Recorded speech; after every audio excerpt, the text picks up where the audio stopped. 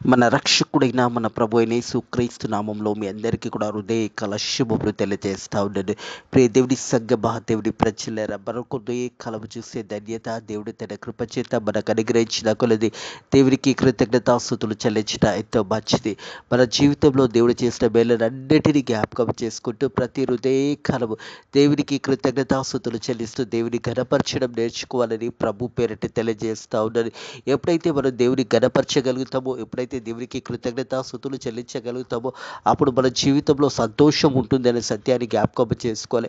మనం ఎలాంటి స్థితిలో ఉన్నా, మనం దుఃఖంలో ఉన్నా, బాధలో ఉన్నా, సంతోషంలో ఉన్నా, దేవునికి కృతజ్ఞతాస్తుతులు చెల్లించడం మరవకూడదు అని దేవుని యొక్క వాక్యం తెలియజేస్తుంది. నువ్వు ఎలాంటి స్థితిలో ఉన్నా కానీ, నువ్వు ఎప్పుడు దేవుని గణపరచగలుగుతావు అంటే నీ హృదయంలో దేవుడు ఉన్నప్పుడు, నీ హృదయంలో యేసయ్యకు చోటిచ్చినప్పుడు, నీ హృదయంలో యేసయ్య ఉన్నప్పుడు నువ్వు ఎల్లప్పుడూ కూడా సంతోషిస్తావనే సత్యాన్ని జ్ఞాపకం చేసుకోవాలి. నువ్వు ఎలాంటి పరిస్థితిలో ఉన్నా, ఇరుకులో ఉన్నా, ఇబ్బందిలో ఉన్నా, సమస్యలో ఉన్నా, బంధకంలో ఉన్నా, నువ్వు దేవుని గణపరిచినట్టయితే నీ హృదయంలో దేవుడు ఉన్నాడనే సత్యాన్ని జ్ఞాపకం చేసుకోవాలని ప్రభు పేరిట తెలియజేస్తాను. ఎప్పుడైతే మన హృదయంలో యేసయ్యకి మనం చోటిచ్చినప్పుడు, మనం ఎలాంటి సమయంలోనైనా కానీ దేవుని గణపరచగలుగుతాము అనే సత్యాన్ని జ్ఞాపకం చేసుకోవాలని ప్రభు పేరిట తెలియజేస్తావు. హృదయ కాలము దేవుని యొక్క వాక్యం ధ్యానించుకుందాము. అపోస్తలుడైన పౌలు ఫిలిప్పీయులకు రాసిన పత్రిక 4వ అధ్యాయము 4వ వచనం నుంచి 7వ వచనం వరకు వాక్య భాగాన్ని ధ్యానించుకుందాము. ప్రియ దేవుని సంగమా, దేవుని ప్రజలారా, అపోస్తలుడైన పౌలు ఫిలిప్పీయులకు రాసిన పత్రిక 4వ అధ్యాయము 4వ వచనం నుంచి 7వ వచనం వరకు వాక్య భాగాన్ని ధ్యానించుకుందాము. ప్రియ దేవుని సంగమా, దేవుని ప్రజలారా, ఈ వాక్య భాగంలో చూసినట్టయితే అపోస్తలుడైన పౌలు బంధకంలో నుంచి రాసిన యొక్క పత్రిక. అపోస్తలుడైన పౌలు ఆ సమయంలో చెరసాలలో బంధకంలో ఉంటున్న సమయంలో ఈ యొక్క మాటలు రాస్తున్నాడనే సత్యాన్ని జ్ఞాపకం చేసుకోవాలని ప్రభు పేరిట తెలియజేస్తా ఉన్నాను. ఒక వ్యక్తి బంధకంలో నుంచి, కష్టాల నుంచి, శ్రమల నుంచి, ఆ ఒక జైలు బంధకంలో నుంచి, గృహ నిబంధనలను ఉండిన సమయంలో ఈ మాటలు రాస్తున్నాడంటే దేవుని యొక్క కృపలో అతడు ఎంతగా ఎదిగున్నాడు అన్న సత్యాన్ని జ్ఞాపకం చేసుకోవాలని ప్రభు పేరిట తెలియజేస్తా ఉన్నాడు. మన ఆత్మీయ జీవితంలో కూడా మనం ఎలాంటి బంధకంలో ఉన్నా కానీ దేవుని ఘనపరచగలిగినట్టయితే అంతకంటే ఎక్కువ సంతోషం ఏది కూడా ఉండదు అనే సత్యాన్ని జ్ఞాపకం చేసుకోవాలి. It seems stranger that a man in a prison would be telling a church to rejoice. ఒక వ్యక్తి బంధకంలో నుండి సంఘానికి చెప్తున్న మాట ఏంటంటే, సంఘంని ఆనందించమని చెప్తా ఉన్నాడు. ప్రియ దేవుని సంగమా, దేవుని ప్రజలారా, ఆ ఒక వ్యక్తి చూసినట్టయితే ఆ బంధకంలో నుంచి ఒక వ్యక్తి అలాంటి స్థితిలలో కూడా దేవుని గణపరచగలుగుతూ, దేవునిని మహిమపరుస్తూ సంఘానికి చెప్తున్న మాట ఏంటంటే, ఆనందించండి, మరలా చెప్తున్నాను ఆనందించండి అనే మాట ద్వారా హృదయ కలము అపోస్తలుడైన పౌలు ఈ వాక్యము ద్వారా మనతో మాట్లాడుతున్నాడు అనే సత్యాన్ని జ్ఞాపకం చేసుకోవాలి.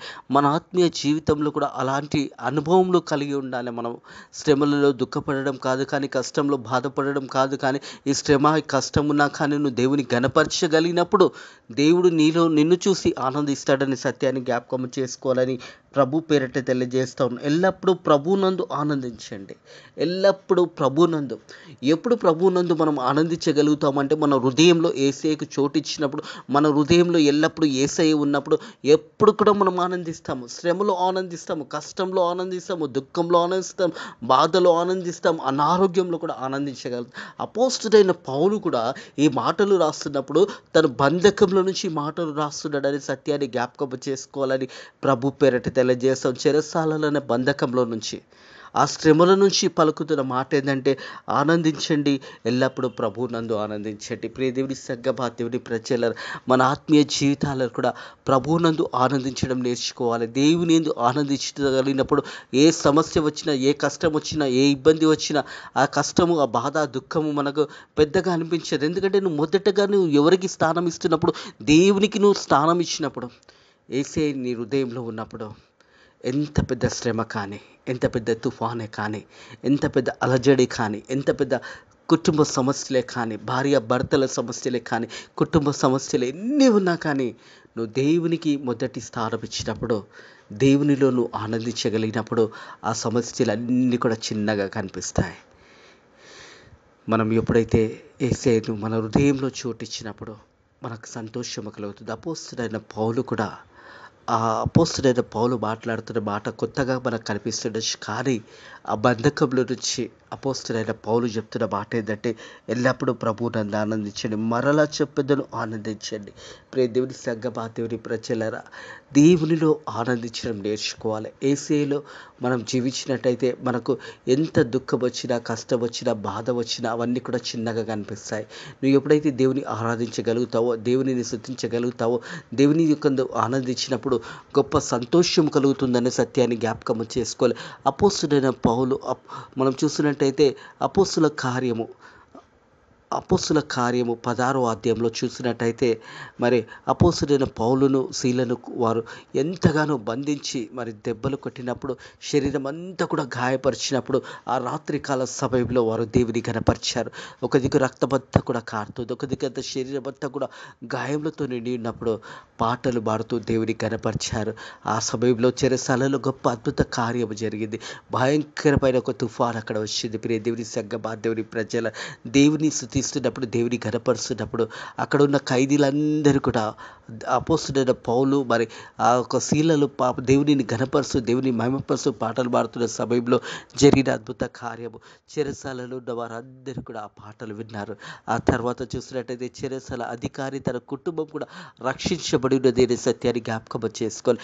అంత గాయాలతో ఉన్న, అంత శరీరం అంతా కూడా క్షీణించిపోయిన మా సమయంలో రక్తమంతా కూడా కారుతున్న, కానీ వారు దేవుని ఘనపరిచి, దేవుని మహిమపరిచి అక్కడున్న ఆత్మలను రక్షణార్థమై నడిపించి ఉన్నారనే సత్యాన్ని జ్ఞాపకం చేసుకోవాలని ప్రభు పేరట తెలియజేస్తాను. మన ఆత్మీయ జీవితంలో కూడా మనలో ఒకవేళ దుఃఖం కలిగినప్పుడు, బాధ కలిగినప్పుడు దేవుని ఘనపరచడం నేర్చుకోవాలి. పాటలతో దేవుని ఘనపరచడం నేర్చుకోవాలి.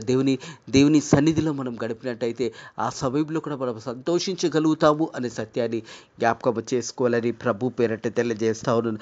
అలాగే చూసినప్పుడైతే మీ సవనము సకల జనులకు తెలియచేయుడి, ప్రభు సమీపంగా ఉన్నాడు, దేనిని గురించి చింతించుకోండి. ప్రియ దేవుని సంగమా, దేవుని ప్రజల, దేవుడు మనకు సమీపంగా ఉన్నాడనే సత్యాన్ని జ్ఞాపకం చేసుకోవాలని ప్రభు పేరట తెలియజేస్తారు. చూసినట్టయితే యెషయా గ్రంథము 55వ అధ్యాయంలో 6వ వచనంలో, యెహోవా మీకు దొరుకు కాలం ముందు ఆయనను వెతకండి, ఆయన సమీపంగా ఉండగా ఆయనను వేడుకనండి. హృదయ కాలం దేవుడు మనకు సమీపంగా ఉన్నాడు. యేసయ్య నీకు నాకు చాలా సమీపంగా ఉన్నాడు. ప్రియ దేవుని సంగమా, దేవుని ప్రజలరా, మనం దేవుని వెతికే బిడ్డలుగా ఉండాలి. యెహోవా మీకు దొరుకు కాలమందు ఆయనను వెతకండి. దేవుడు దొరుకు కాలమందు, ఇది ఇంకా కూడా మనం కృపా గడియలలో ఉన్నాము. ఇంకా దేవుని ఆధీనంలోనే ప్రపంచం ఉన్నది అనే సత్యాన్ని జ్ఞాపకం చేసుకోవాలని ప్రభు పేరట తెలియజేస్తా. దేవునికి కృతజ్ఞతాస్తుతులు చెల్లించాలి. అలాగే చూసినట్టయితే మరి దేవాది దేవుడు మనకు సమీపంగా ఉన్నాడనే సత్యాన్ని కూడా జ్ఞాపకం చేసుకోవాలని ప్రభు పేరట తెలియజేస్తా ఉన్నాడు. మనం చూసినట్టయితే మత్తయి సువార్త 6వ అధ్యాయము, మత్తయి సువార్త 6వ అధ్యాయము చూసినట్టయితే, ప్రియ దేవుని సంగమా, దేవుని ప్రజల,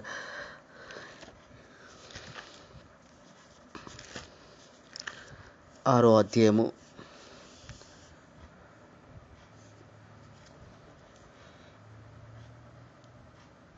25వ వచనం చూసినట్టయితే మత్తయి సువార్త, అందువల్ల నేను మీతో చెప్పుదునేమనగా, ఏమి తిందుము, ఏమి తాగుదామని మీ ప్రాణంను గురించి, ఏమి ధరించుకుందామని మీ దేహంను గురించి చింతించకండి. ప్రియ దేవుని సంగమా, దేవుని ప్రజలరా, ఆహారం గురించి, అలాగే శరీరం గురించి ఏమి ధరించుకుందామని మీరు చింతించకండి.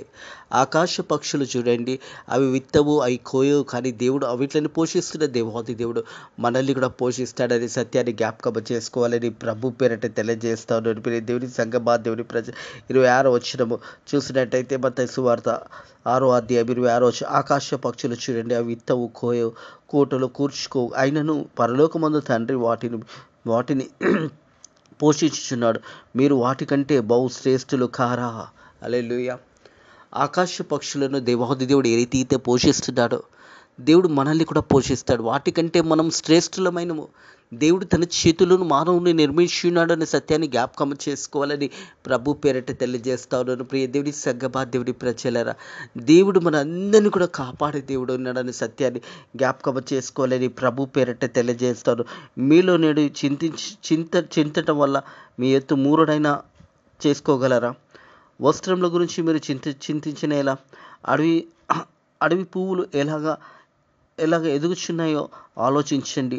అవి కష్టపడవు ఉడుకుకో. అయినను సమస్త వైభవంతో కూడిన సాలొమోను సైతం కన్నా వీటిలో కూడా ఒకదాన్ని నేను ఆలకించ. నేడు రేపు ఏమైపోవును, అడవి గడ్డి వలె దేవుడు అలాగా అలంకరించినాడు. అల్పవిశ్వాసులు మీకు మరి నిశ్చయంగా వస్త్రంలో ధరింపచేయును కదా అని. కాబట్టి ఏమి తిందుమో ఏమి తాగుదామో అని మీ ఏమి ధరించుకుందామని చింతించుకోండి. అన్యజనులు వీటి విషయంలో విచారించుదురు. విచారించుతారు. దేవుడి దేవుడి ప్రజల మనం చేయవలసింది ఒకటే. దేవుని రాజ్యంలో నీతిని వెతకవలసిన వారం ఉన్న మన సత్యాన్ని జ్ఞాపకం చేసుకోవాలి. మనం చూసినట్టయితే మత్తయి సువార్త 6వ అధ్యాయము 33వ వచనము. కాబట్టి ఏమి తిందుమో ఏమి తాగుదామో అని 31వ వచనం. ఏమి ధరించుకుందామో అని ఆలోచించుకోండి. అన్యజనులు వీటిని అన్నిటి విషయమై విచారించెదరు. ఇవన్నీ కూడా మీకు కావాలనని మీ పరలోక తండ్రికి తెలియదా? మనకి ఏమి కావాలనో సమస్తము దేవునికి తెలుసు. ఏ సమయంలో మనకు ఏమి కావాలి, ఏ సమయంలో మనకు ఏమి ఇవ్వాలనో దేవునికి తెలుసు. ఆయన చిత్తానుసారంగా ప్రతిదీ కూడా మనకు అనుగ్రహిస్తాడని సత్యాన్ని జ్ఞాపకం చేసుకోవాలని ప్రభు పేరిట తెలియజేస్తాను. 32వ వచనం. ఇవన్నీ కూడా మీకు కావాలని పరలోక తండ్రికి తెలియను. కాబట్టి మీరు ఆయన రాజ్యంను నీతిని మొదట వెతకండి, అప్పుడు అవన్నీ కూడా మీకు అనుగ్రహించబడతాయి.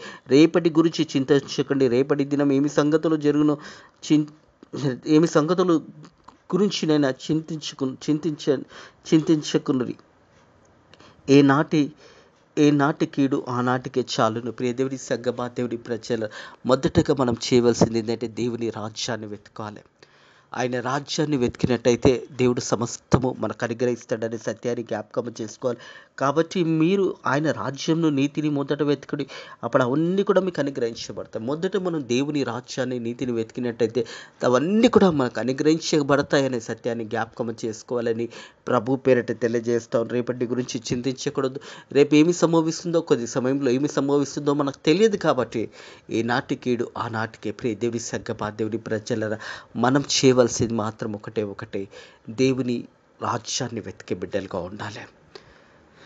తర్వాత మనకేమి కావాలనో సమస్తము దేవుడు అనుగ్రహిస్తాడని సత్యాన్ని జ్ఞాపకం చేసుకోవాలని ప్రభు పేరిట తెలియజేస్తారు. అందుకే అపోస్తలుడైన పౌలు ఏమంటున్నాడంటే ఎల్లప్పుడూ ఆనందించండి, మరలా చెప్పేదను ప్రభువునందు ఆనందించండి అనే మాట జ్ఞాపకం చేస్తూ ఉన్నాడు. ప్రియ దేవుడి సంగమా, దేవుడి ప్రజలను మనం ఆనందించవలసింది దేవునిలో ఆనందించే జీవితాలు మనకు కలిగి ఉండాలని సత్యాన్ని జ్ఞాపకం చేసుకోవాలి. ఫిలిప్పీయులకు రాసిన పత్రిక 4వ అధ్యాయం 5వ వచనం. మీ సహనము సకల జనులకు తెలియజేయండి, ప్రభు సమీపంగా ఉన్నాడు. దేని గురించి చింతించకండి, కానీ ప్రతి విషయమందు ప్రార్థన విజ్ఞాపనల చేత కృతజ్ఞతాపూర్వకంగా మీ విన్నపంలో దేవునికి తెలియచేయండి. కృతజ్ఞతాపూర్వకంగా దేవునికి మన విన్నపంలో తెలియజేసినప్పుడు ఆకాశంలో ఉన్న దేవాది దేవుడు మన ప్రభు యేసుక్రీస్తు ఆ విన్నపంలని మనకు జవాబు అనుగ్రహిస్తాడని సత్యాన్ని జ్ఞాపకం చేసుకోవాలని ప్రభు పేరిట తెలియజేస్తాం. దేని గురించి కూడా చింతించకూడదు. ప్రతి విషయం ముందు కృతజ్ఞతాస్తుతులు చెల్లిస్తూ మన ప్రార్థన విన్నపంలో దేవునికి తెలియచేయవలసిన సమయం అనే సత్యాన్ని జ్ఞాపకం చేసుకోవాలి. మీరు చింతించినట్టయితే మీ చింత కొద్దిగానైనా మరి తగ్గించుకోగలుగుతారంటే ఆ చింత ఇంకా ఎక్కువగా నేను చింతిస్తుంది, కానీ ఆ చింతలో నువ్వు ఇంకా కృంగిపోతావు.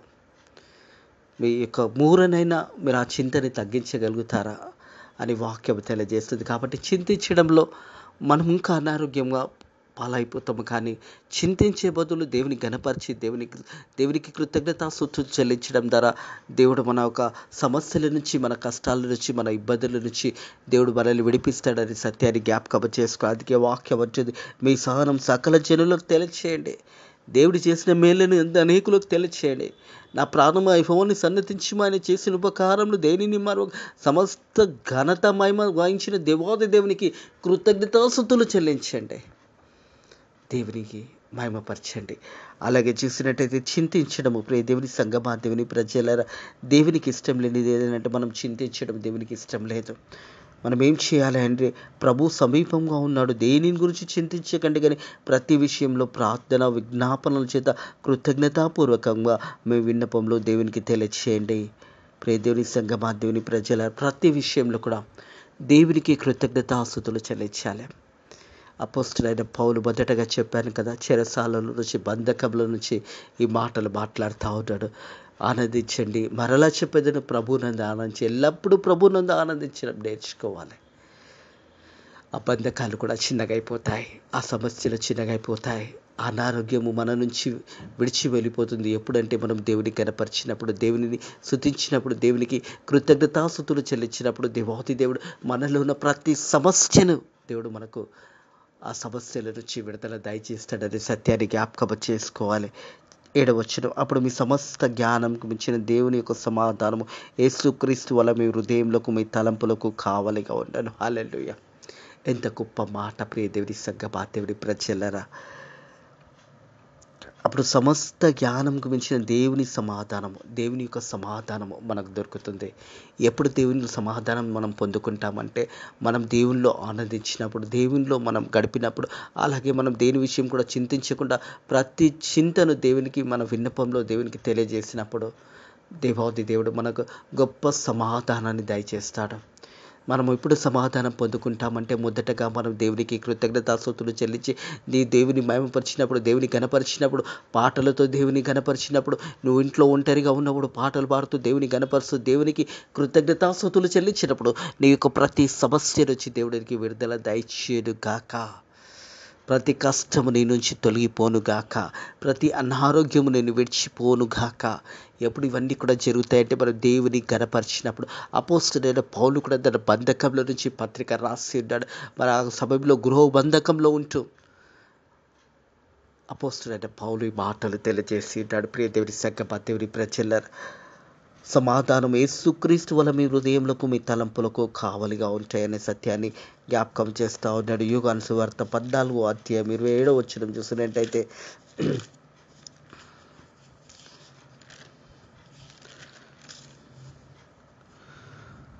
శాంతిని మీకు అనుగ్రహించి వెలుచున్నాను, నా శాంతి మీకు అనుగ్రహించుచున్నాను. లోకంలో ఉన్నట్టు కాక నేను మీకు అనుగ్రహించటలేదు, కానీ మీ హృదయాలను కలవరపడనీయకండి, వెరవనీయకండి. ప్రియ దేవుని సంగమా, దేవుని యొక్క సమాధానము, దేవుని యొక్క శాంతి మనకు అనుగ్రహించబడుతున్నప్పుడు, లోకంలో ఉన్నట్టు దేవుడు మనకు ఆ శాంతిని, మనకు సమాధానాన్ని అనుగ్రహించలేదు, కానీ నిత్యము దేవునిలో మనము ఆనందించే సమాధానము దేవుడు మనకు అనుగ్రహిస్తున్నాడనే సత్యాన్ని జ్ఞాపకం చేసుకోవాలి. శాంతిని మీకు అనుగ్రహించి వెళ్ళుచున్నాను. ప్రభు అయిన యేసుక్రీస్తు చెబుతున్న మాట ఏంటంటే, శాంతిని మీకు అనుగ్రహించడానికి వెళ్ళొచ్చు, నా శాంతి మీకు అనుగ్రహించుచున్నాను, లోకంలో ఉన్నట్టుగా నేను మీకు అనుగ్రహించటలేదు. మీ హృదయాలను కలవరపడనీయకండి. ఈ హృదయ కాలముకు వెళ్ళే సమస్యలు ఉన్నావా, కష్టంలో ఉన్నావా, బాధలో ఉన్నావా, దుఃఖంలో ఉన్నావా, కన్నీరు కాడుస్తున్నావా, నాకెందుకు ఈ సమస్య నేను బాధపడుతున్నావా, దేవుడు నాకెందుకు ఈ సమస్య ఇచ్చినాడని నేను బాధపడుతున్నావా? దేవుడు ఎవరికి కూడా సమస్యలు ఇవ్వడు, ఎవరికి కూడా దేవుడు ఎవరికి కూడా కష్టాలు ఇవ్వడు. కానీ కొన్ని సందర్భంలో ఈ జీవిత కాలంలో జీవిస్తున్నప్పుడు, ఆ శ్రమలు, ఆ కష్టాలు వచ్చినప్పుడు కూడా ఆనందించడం అపోస్తలుడైన పౌలు ఏ రీతి అయితే మనకు నేర్పిస్తున్నాడో, ఆ రీతిగా మనం ఆనందించగలిగినప్పుడు మన సమస్యలన్నీ కూడా తొలగిపోతాయనే సత్యాన్ని జ్ఞాపకం చేసుకోవాలని ప్రభు పేరిట తెలియజేస్తారు. మీ హృదయాలను కలవరపడకండి, మీతో చెబుతున్న మాట మీరు వింటారు కదా. తండ్రి నాకంటే గొప్పవాడు గనుక మీరు నన్ను ప్రేమించిన నా తండ్రి యొద్దకు వెలుచున్నాను, మీరు సంతోషిస్తురు. ప్రియ దేవుని సంగమా, దేవుని ప్రజలారా, దేవాతి దేవుడైన మన ప్రభు అయిన యేసుక్రీస్తు ఈ సమయంలో కూడా మనకు సమీపంగా ఉన్నాడు, మనతో మాట్లాడుతూ ఉన్నాడు, వాక్యము ద్వారా మనతో మాట్లాడుతూ ఉన్నాడు. వాక్యమైన దేవాతి దేవుడు మనతో మాట్లాడుతూ మనకు తెలియచేస్తున్న మాట ఏంటంటే, ప్రియ దేవుని సంగమా, దేవుని ప్రజలరా, దేవుని యొక్క సమాధానము మనకు కలుగుతుందనే మాట మనకు కాలం తెలియజేస్తూ ఉన్నాడు. అప్పుడు సమస్త జ్ఞానంకు మించిన దేవుని సమాధానం యేసుక్రీస్తు వల్ల మీ హృదయంలోకి, మీ తలంపులకు కావలిగా ఉంటాయి. ఎప్పుడు కావలిగా ఉంటాయంటే, మనం దేవునిలో ఆనందించినప్పుడు. ఎల్లప్పుడూ ప్రభువునందు ఆనందించండి, మరలా చెప్పుదను ఆనందించండి. దేవునిలో మనం ఆనందించగలిగినప్పుడు మన సమస్త బాధలు, దుఃఖము అవన్నీ కూడా వెళ్ళిపోతాయి. మనం హృదయపూర్వకంగా దేవునిలో ఎప్పుడైతే ఆనందించగలుగుతామో, యేసేను మనం గణపరిచినట్టయితే, యేసేకు వందనములు చెల్లించినట్టయితే, యేసే చేసిన మేళ్ళనన్నింటినీ జ్ఞాపకం చేసుకుంటూ దేవునికి కృతజ్ఞతాస్తుతులు చెల్లించినప్పుడు మన హృదయంలో ఒక సంతోషం ఉంటుంది.